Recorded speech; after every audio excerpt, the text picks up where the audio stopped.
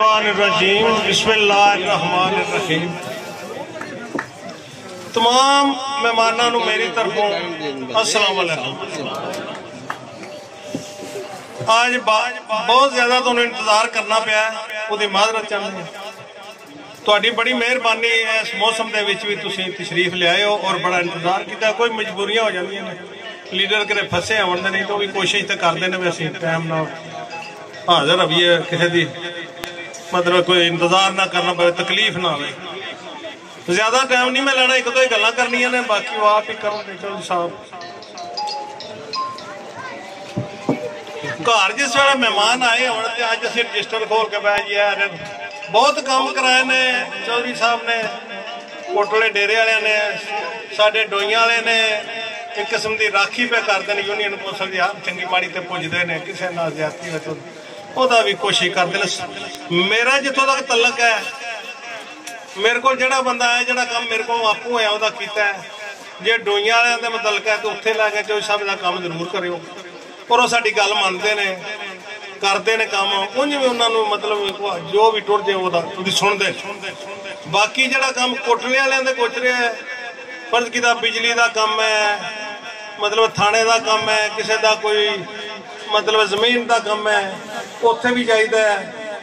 कदे सानू मायूसी नहीं हुई भाई अज जी मेरा मतलब जो साहब नहीं आना, अज फलाना नहीं आया। उत्थे मैं ये हिसाब लै जो सब तो मैले कपड़े ने सब तो पहले आते हैं उन्होंने बुलाओ, जो बाबे होरी आए ने, कोई धी भैन भी किसी वेले जाती है, कोई माई है, सब तो ज्यादा। और उस वेले ज्यादा जिवें आखिदा तरजीह बुनियादा तो काम होंदा है। ते सानू बड़ा, मेरी 70 साल उम्र हो गई, 75, इन्ना मजा नहीं पहला आया, जिंदगी एवं ही गुजर गई है। सुल्ले वाले पुल तो ला के जिवें अपने पिंड का गिना भाई चाचो वाला नहीं होया तो नहीं होया। सुल्ले वाला पुल भी उत्थों भी असीं गुजरदे हां सारे। दिलावरपुर वाला पुल, सुहाल जिस वेले पुल बन लेने तो एक बंदा गया सुहाल का भाई चौधरी साहब पुली जी बना दो तुसीं। उन्हें आख्या साडे ते रहण दो, तुसीं पुली बननी है या पुल बनना है, रोज तुसीं वो सैफल जिहा बनाते हो तो पहली बारिश नाल ही रुड़ जांदा। बड़ा सोहना उन्होंने मेरा मतलब साडे अगों फिर लंबी नजर थोड़ी करो। जो दादूपुर साले को कोटड़ी बजाना को गुजर कोटले को पुल बने, वो भी तो असीं जाने शार्ट हो गया। और इतने किन्ने क मैं गिना, कोई 100-108 पुल साडे है नेड़े नेड़े बन गए। तो बाकी मैं ज्यादा टाइम नहीं लगता, अगे तुहानू बड़ा इंतजार करना पाया। तुहाडी बड़ी मेहरबानी। हाँ एक गल मैं करना भाई, 8 तो बाद जो तुसीं मैनूं मुतालबे दसे ने या जो भी किसी मैनूं लिखाया इत्थे नहीं मैं करने। 8 तो बाद जाके घर का साडा माहौल है असीं। हाँ एक गल है, जिसमें वोट कास्ट कराना जी जरूरी गल है। साडे पिछे 2 मैंबर साडे हार गए ने लापरवाही को। एक दे 3 वोट घट के बंदे 8 घर बैठे ने, एक दे 5 घट के तो 15 घर बैठे ने।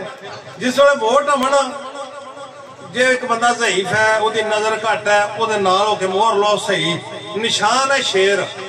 एक कौमी असैंबली के उम्मीदवार ने आबिद साहब ते सूबाई दे ने शबीर साहब, निशान शेर है। एक बंदा उन्होंने हेल्प की जरूरत है, नाल होके वोट जाया ना वे, उसकी मोहर सही लवाओ। एक बंदा हथ कंबदा दूसरी जगह पे दूसरे किसी निशान से मोहर लग जाती है। इस गल को मद्देनजर रखे जिस वे 14 पिंडों का असीं रिजल्ट लैके चौधरी विलायतुल्लाह फैज की क्यादत कोटले जाइए ते जाके उन्होंने मुबारक दईए, लो जी साडा रिजल्ट जे ते तुहानू मुबारक हो।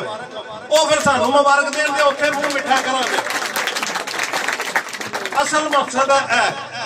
इस तू बाद मैं ये गल करांदा भी जिस वेले तकरीर खत्म हुई तो जाना नहीं है, खाने का बंदोबस्त है। तुहाडी मेहरबानी, मतलब खाना खा के जाना है, मेरी रिक्वेस्ट है। खुदा हाफिज़, अस्सलाम वालेकुम।